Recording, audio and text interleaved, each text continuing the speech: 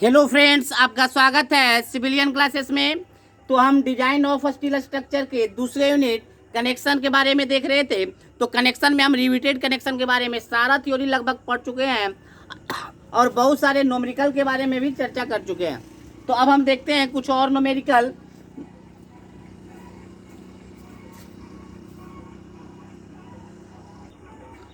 तो देखिए प्यारे बच्चों, एक न्यूमेरिकल बोर्ड पे दिख रहा होगा, design a riveted joint to connect two plates 14 mm thick power driven rivet may be used for making the connection. क्या बोला प्यारे बच्चों? दो प्लेट्स है, इन दोनों प्लेट्स को आपस में कनेक्ट करना है, ठीक है ना। अब ये जो रिवेट्स जो हम लिए हैं वो पावर ड्रिवन रिवेट लिए हैं। इसका जो थिकनेस है वो 14 mm है, यही तो बोल रहा है। क्या क्या क्वेश्चन में बोला?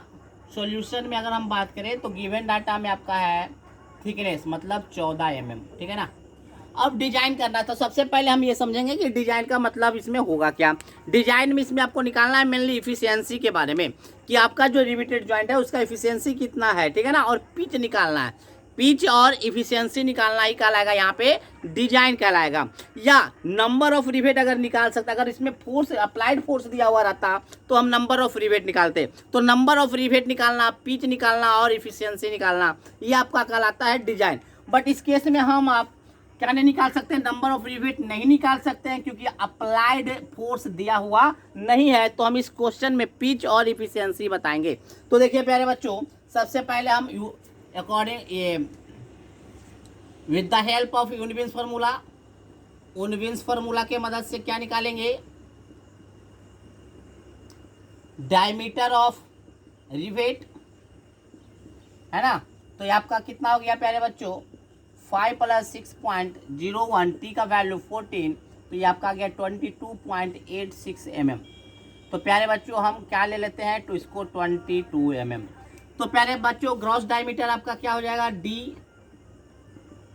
ग्रॉस डायमीटर आपका डी हो जाएगा। 25 से कम है ना प्यारे बच्चों, 25 से कम है तो 1.5 जुटेगा, 23.5 mm, ठीक है। चलिए अब हम बारी बारी से सब कुछ निकालते हैं। तो सबसे पहला हम बात करेंगे शियर स्ट्रेंथ का। Shear strength of rivet, shear strength of rivet क्या हो जाएगा, pi by four D square into tau V M. प्यारे बच्चों यहाँ पे ना तो लेफ्ट ज्वाइंट बोला ना तो बट ज्वाइंट बोला, कुछ भी नहीं बोला, तो हम लेफ्ट ज्वाइंट लेकर चलेंगे। हम क्या मान के चलेंगे कि लेफ्ट ज्वाइंट है तो 1 इंटू पाई/4 डी स्क्वायर, डी कितना है 23.5 का hole square. Power driven rivet है, सॉप नहीं बोला तो सॉप लेकर चलेंगे कि सॉप रिवेट है, तो आपका ये हो जाएगा 100। कितना हो जाएगा 100। जब आप इसको कैलकुलेट कीजिएगा तो ये आपका आ जाएगा 43.373 इंटू 10⁻³ न्यूटन, ठीक है ना। अब हम बात करेंगे बियरिंग स्ट्रेंथ का। बियरिंग स्ट्रेंथ ऑफ रिवेट क्या होगा, D into T into sigma PV. तो प्यारे बच्चों डी तो पता है आपका 23.5, टी भी पता है 14 एंड 300 हो गया आपका पावर ड्रिवन के लिए, है ना। तो 300 इसको जब मल्टीप्लाई आप कीजिएगा तो आपका आ जाएगा 98.7। देख लीजिएगा मल्टीप्लीकेशन, आप कैलकुलेशन थोड़ा सा देख लीजिएगा प्यारे बच्चों, है ना। चलिए तो ये आपका आ गया बियरिंग स्ट्रेंथ। अब हम देखिए प्यारे बच्चों पिच कैसे निकलेगा। तो देखिए क्या बोला गया है, हम अब लिखते हैं late assume P is the pitch, P is the pitch, ठीक है ना। For best riveted joint, for best riveted joint, for best riveted joint, strength of rivet, strength of rivet and strength of plate in tearing and strength of plate in tearing is same। क्या बोला प्यारे बच्चों कि अगर आप best design करना चाहते हैं, रिवेटेड का बेस्ट ज्वाइंट करना चाहते हैं, तो जो स्ट्रेंथ आपका रिवेट का होगा वही स्ट्रेंथ आप क्या रखिए, प्लेट का भी रखिए, टीयरिंग स्ट्रेंथ ऑफ प्लेट रखिए। तो देखिए प्यारे बच्चों हमको पता है कि स्ट्रेंथ ऑफ रिवेट कितना हो गया, स्ट्रेंथ ऑफ रिवेट बोलिए चाहे रिवेट वैल्यू बोलिए, दोनों बात बराबर है। तो रिवेट वैल्यू कितना हो गया, दोनों में से जो मिनिमम होगा तो हम बोल सकते हैं 43.373 इंटू 10⁻³ न्यूटन। अब हम टीयरिंग स्ट्रेंथ का बात करें, tearing strength of plate, tearing strength of plate. प्यारे बच्चों, टीयरिंग स्ट्रेंथ ऑफ प्लेट, कहीं पे विड्थ दिया हुआ है क्या, कहीं पे विड्थ दिया हुआ है क्या, तो नहीं दिया हुआ, तो पर पिच लेंथ निकालेंगे। तो पर पिच लेंथ क्या हो जाएगा, B P into 1 into D I into T into sigma A T. तो प्यारे बच्चों पी कितना है, पी तो नहीं पता, पी माइनस डी कितना है 23.5 आई इंटू 14 आई इंटू 150, है ना। चलिए इसको नोट डाउन कर लीजिए प्यारे बच्चों पहले।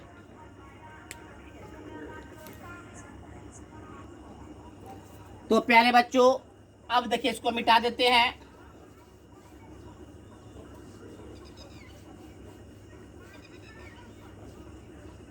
देखिए प्यारे बच्चों क्या बोला, एज्यूम पी द पिच है, पिच है तो बेस्ट रिवेटेड ज्वाइंट के लिए क्या होना चाहिए, स्ट्रेंथ ऑफ रिवेट और strength of tearing strength of plate दोनों बराबर होना चाहिए। तो दोनों को बराबर कीजिए प्यारे बच्चों।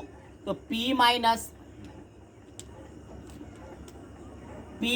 D into T into sigma A T बराबर 43.373 इंटू 10⁻³ तो P कितना है, P तो निकालना है, D कितना है 23.5 आई इंटू टी आपका हो गया, T आपका कितना है 14 और सिग्मा ए टी का वैल्यू 150 और इसको बराबर करना है 43.373 इंटू 10⁻³। यहाँ से आपका पिच आ जाएगा 45 mm।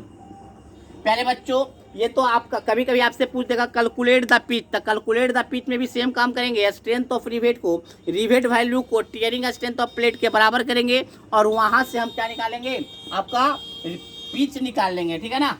तो अब देखिए प्यारे बच्चों, अब यहाँ पे भी एक कॉन्सेप्ट है, जो आप पिच निकाले हैं वो सही है या गलत, इसको चेक करना होगा। क्यों, देख लेते हैं। वी नो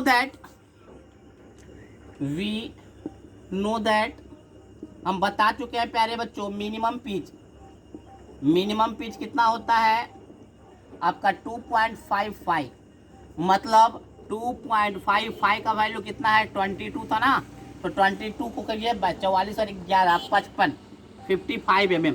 तो प्यारे बच्चों अकॉर्डिंग टू स्पेसिफिकेशन आपका मिनिमम पिच होना चाहिए 55, लेकिन आया निकल के कितना 45। तो हम क्या करेंगे, प्रोवाइड पिच इज 55 mm। क्यों 55 mm, क्योंकि प्यारे बच्चों अकॉर्डिंग टू कोड हम 55 से कम नहीं ले सकते हैं। स्पेसिफिकेशन हम बता चुके कि मिनिमम पिच होना चाहिए 2.5 इंटू 5, तो इतना से कम नहीं होना चाहिए। इतना में कितना, कम से कम 55 होना चाहिए। निकल के कितना आया, लेकिन आप कैलकुलेट करके लाए हैं 45 mm, लेकिन मिनिमम कितना बोल रहा है कोड 55। तो जो उतना मिनिमम है उतना मिनिमम तो प्रोवाइड करना ही होगा, तो मिनिमम हम प्रोवाइड कर दिए।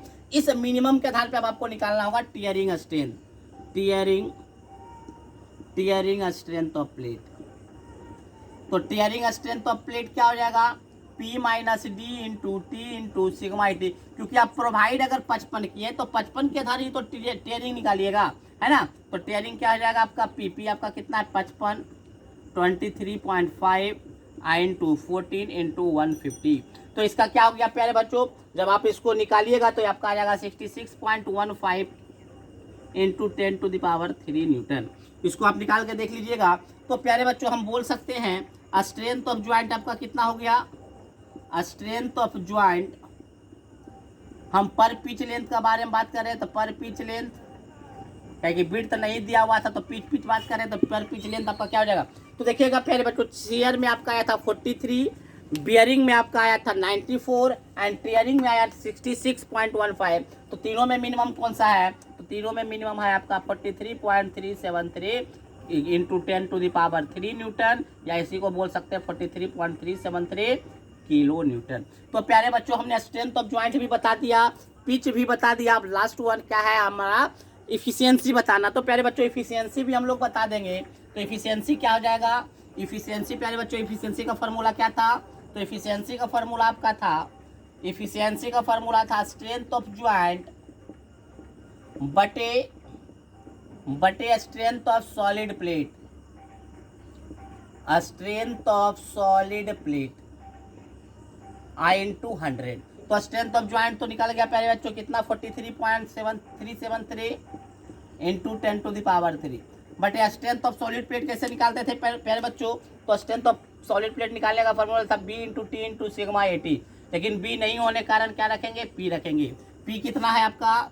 P आपका है 55, प्रोवाइडेड रखेंगे 55 इंटू टी का वैल्यू 14 इंटू सिग्मा AT 150 है ना। जब आप इसको इंटू 100 जब इसको आप कैलकुलेट कीजिएगा तो ये आपका आ जाएगा प्यारे बच्चों, ये आपका आ जाएगा 37.55%। तो प्यारे बच्चों ये क्वेश्चन कंप्लीट हुआ। हमने इसमें पिच निकाला, इफिशियंसी निकाला और स्ट्रेंथ ऑफ ज्वाइंट निकाला। तो प्यारे बच्चों जब भी आपको डिजाइन करने के लिए बोलेगा तो इन पिच, स्ट्रेंथ, इफिशियंसी और नंबर ऑफ रिवेट में जितना चीज़ आप निकाल सकते हैं उतना चीज़ आप निकालने का कोशिश कीजिएगा। इसमें हम नंबर ऑफ रिवेट नहीं निकाल सकते क्योंकि इसमें अप्लाइड फोर्स ही नहीं दिया हुआ। विदाउट अप्लाइड फोर्स हम नंबर ऑफ रिवेट नहीं निकाल सकते हैं, ठीक है ना। तो ये क्वेश्चन फिलहाल आपका ये खत्म हुआ। उम्मीद करते हैं कि इस क्वेश्चन को आपको ये क्वेश्चन आपको समझ में आया होगा, ठीक है ना। अगर नहीं आया होगा तो आप हमारे व्हाट्सअप नंबर पे डायरेक्ट आप मैसेज या कॉल कर सकते हैं, है ना। तो ठीक है प्यारे बच्चों, अब हम अगले क्वेश्चन की तरफ एक चलते हैं, ठीक है। इसको नोट डाउन कर लीजिए।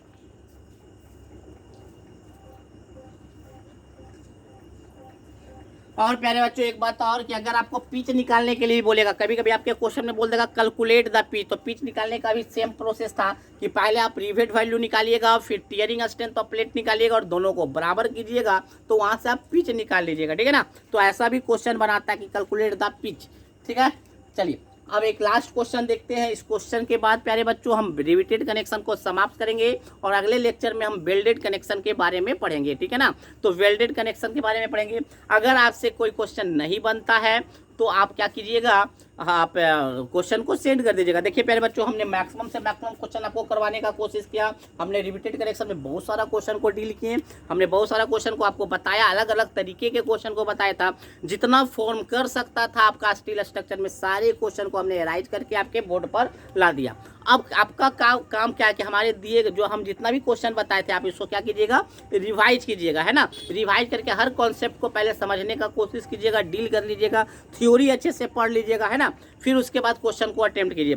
और इसके बाद आपका काम है प्यारे बच्चों, आपके पास जो भी बुक है, एसके दुग्गल हो, चाहे इसके अलावा LS नेगी हो, चाहे इसके अलावा कोई भी बुक हो जो आपको सीनियर से मिला हो, चाहे कहीं से भी मिला हो, तो उन सारे बुक से आपको क्या बनाना है, न्यूमेरिकल बनाना है और ज़्यादा से ज़्यादा न्यूमेरिकल बनाना है। और कोई भी न्यूमेरिकल में अगर आपको डाउट हो तो क्वेश्चन का फोटो खींचकर हमारे व्हाट्सएप पे भेज दीजिएगा, हम आपको सॉल्व करके भेजने का कोशिश करेंगे, ठीक है ना। तो एक लास्ट क्वेश्चन अब देखने जा रहे हैं रिवेटेड कनेक्शन में।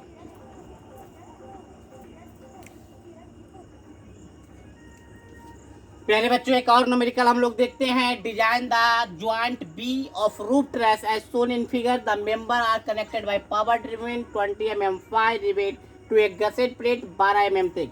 प्यारे बच्चों एक ज्वाइंट है जो है बी नंबर, देखिए इस बी से ही सारा कनेक्ट है, ए कनेक्ट है, सी कनेक्ट है, डी कनेक्ट है और ई कनेक्ट है। तो बी को आपको डिजाइन करना है, आपको ज्वाइंट बी को डिजाइन करना है। तो प्यारे बच्चों यहाँ पे डिजाइन करने का मतलब क्या है, सब में फोर्स दिया हुआ था प्यारे बच्चों। ये आपका दिया हुआ है 50 किलो न्यूटन, ये आपका दिया हुआ है 65 किलो न्यूटन, ये आपका दिया हुआ है 150 और ये आपका दिया हुआ है 120 किलो न्यूटन। तो प्यारे बच्चों यहाँ पे फोर्स दिया हुआ है, यहाँ पे मेन मतलब है हमको नंबर ऑफ रिवेट निकालने का, कि आपको ये बताना है कि बीए जब कनेक्ट किया है, बीए में कितना फोर्स लग रहा है 120 किलो न्यूटन, तो बीए के लिए कितना रिवेट चाहिए, बीसी में 150 किलो न्यूटन लग रहा है, तो बीसी को कनेक्ट करने के लिए कि नंबर ऑफ रिवेट कितना चाहिए, तो इसमें मेनली नंबर ऑफ रिवेट निकालना है। तो प्यारे बच्चों हम किसी एक मेंबर के बारे में निकाल देते हैं और उन सारे मेंबर को आप निकाल लीजिएगा, ठीक है ना। तो सबसे पहला हम बात करेंगे फॉर मेंबर बीए। देखिए प्यारे बच्चों फॉर मेंबर बी हमको निकालना है नंबर ऑफ रिवेट्स, तो निकाल लेंगे। कैसे निकालेंगे, पहले shear strength of rivet n into π/4 d² into टावियर। देखिए प्यारे बच्चों यहाँ पे आपको क्या दिखा रहा है, 2 यहाँ पे 1 और 1 है ना। 2 का मतलब है 2 एंगल सेक्शन वहाँ पे लगाया गया। जब भी 2 एंगल सेक्शन लगाएगा तो नंबर ऑफ शियर प्लेन 2 हो जाएगा, है ना। कितना हो जाएगा, 2। तो याद रखिएगा 2 एंगल सेक्शन है, इसलिए n का वैल्यू कितना हो जाएगा आपका 2 हो जाएगा π/4। कितना आपका प्यारे बच्चों है रिवेट, फाई बराबर है आपका 20 mm, तो आपका डायमीटर ऑफ होल कितना हो जाएगा 21.5। क्यों? क्योंकि 25 से कम है तो आपको कितना जोड़ना है 1.5 को जोड़ना है। चलिए टाउ भी अब पावर ड्रिवेन है तो 100, तो ये आपको कैलकुलेट कीजिएगा प्यारे बच्चों, तो आपका ये आ जाएगा 72.61 इंटू 10⁻³ न्यूटन। ठीक है ना। अब हम बात करें बियरिंग स्ट्रेंथ का। बियरिंग स्ट्रेंथ ऑफ रिवेट, तो बियरिंग स्ट्रेंथ का भी फॉर्मूला हम लोग को पता है, D into T into sigma PV. तो डी का पहलू पता है प्यारे बच्चों 21.5 इंटू टी का वैल्यू आपका दिया हुआ होगा। देखिए प्यारे बच्चों यहाँ 10 mm है तो 10 mm और 12 mm, क्या कि गसेट प्लेट 12 mm है, गसेट प्लेट 12 जिसमें आप कनेक्ट किया है एंगल सेक्शन को वो 12 mm का है और आपका एंगल सेक्शन 10 mm का है। दोनों में जो छोटा होगा उसी को लेंगे, तो हम 10 mm को लेंगे। कितना को लेंगे? हम 10 mm को लेकर चलेंगे। आई इंटू सिग्मा पीवी 300। जब आप इसको कैलकुलेट कीजिएगा तो ये आपका बियरिंग स्ट्रेंथ आ जाएगा 64.5 किलो न्यूटन। ठीक है ना। तो अब क्या हो जाएगा, तो रिवेट वैल्यू क्या हो गया प्यारे बच्चों? रिवेट वैल्यू हो जाएगा, दोनों में जो मिनिमम होगा उसको ले लीजिए। तो दोनों में जो मिनिमम होगा वो कितना है 64.5 किलो न्यूटन, है ना। तो हमको निकालना है प्यारे बच्चों number of rivet required for connection of AB को कनेक्ट करने के लिए कितना नंबर ऑफ रिवेट चाहिए। तो रिवेट वैल्यू पहले था अप्लाइड फोर्स बटे रिवेट वैल्यू। तो प्यारे बच्चों हमको अप्लाइड फोर्स पता है कितना है एबी में 120 किलो न्यूटन। तो आप क्या कीजिएगा प्यारे बच्चों, हम यहाँ पे निकाल देते हैं, यहाँ पर निकाल देते हैं नंबर ऑफ रिवेट आपका हो गया, अप्लाइड फोर्स कितना है 120 और रिवेट वैल्यू आपका आ गया था 64.5। जब आप इसको कैलकुलेट कीजिएगा तो ये आपका आ जाएगा 1.86। कितना आ जाएगा 1.86। तो नंबर ऑफ रिवेट तो फ्रैक्शन में आप दे नहीं सकते, तो कितना प्रोवाइड करना होगा 2 रिवेट प्रोवाइड करना होगा। तो प्यारे बच्चों हमने एक मेंबर को आपको डिजाइन करके बता दिया कि एबी मेंबर को कनेक्ट करने के लिए आपका कितना होना चाहिए, मिनिमम 2 रिवेट्स का होना जरूरी है। उसी प्रकार से आप सारे मेंबर्स को निकाल लीजिएगा B C B D B. कितना कोई सोच रहे होंगे सर बी तो एंगल में है तो कुछ डिफरेंट होगा क्या? नहीं, कोई डिफरेंट नहीं, जैसे बनाए हैं वैसे आपको बना देना है। तो नंबर ऑफ रिवेट निकालना आपका काम है प्यारे बच्चों। आप सारे मेंबर में आप नंबर ऑफ रिवेट निकालिएगा। ठीक है ना। तो इस तरह से हम लगभग क्या ऑलमोस्ट सारे क्वेश्चन को हम लोग क्या कर चुके हैं, डील कर चुके हैं। जितने भी रिपीटेड कनेक्शन में बनने वाले क्वेश्चन थे सारे क्वेश्चन को लगभग डील कर चुके हैं। ठीक है ना। तो अब थोड़ा सा छोटा सा एक टॉपिक देख लेते हैं, फिर अगले लेक्चर में हम लोग चलेंगे बेल्टेड कनेक्शन के पास। पहले बच्चों हम देखेंगे टाइप्स ऑफ रिपीटेड पैटर्न के बारे में। कभी कभी आप देखेंगे क्वेश्चन जब बनाने जाइएगा तो देखिएगा चेन पैटर्न लिख देगा, चेन रिपीटिंग पैटर्न लिख देगा। तो इसका मतलब समझ लेना होगा कि क्या होता है इसका मतलब। तो प्यारे बच्चों अगर आप सिंपल आप रिवेटेड को कनेक्ट किए हैं, रिवेट लगाए 1 2 3 4 5 6 7 8 9 10 सिंपल में लगाया है, सिंपल फॉर्म में लगाए तो वो कहलाएगा आपका चेन पैटर्न। अगर आप कनेक्शन इस प्रकार से किए हैं, पहले 3 रिवेट फिर 2 रिवेट फिर 1 रिवेट, 3 रिवेट 2 रिवेट फिर 1 रिवेट, तो ये आपका कहलाएगा डायमंड पैटर्न। क्यों डायमंड पैटर्न? देखिएगा प्यारे बच्चों डायमंड की तरह होगा।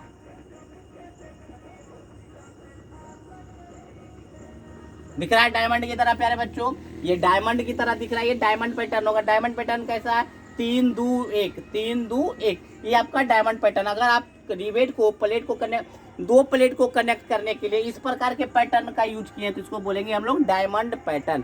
ठीक है ना। अब हम देखते हैं जिगजैग पैटर्न। जिगजैग पैटर्न में क्या किए हैं कि सबसे पहले 1 2 3 4 रिवेट लगा दिए, फिर 2 रिवेट के बीच का जो वॉइड है, जो बीच में गैप है उसके बीच में लगाया, इसके जो बीच में है यहाँ लगा दिए, दोनों के बीच में लगा दिए। अब क्या किए, फिर अब इस दोनों के बीच में लगाना, मतलब इस दोनों के सामने लगाया, फिर सामना सामने लगाया, तो ये आपका कहलाएगा जिगजैग पैटर्न। ठीक है ना।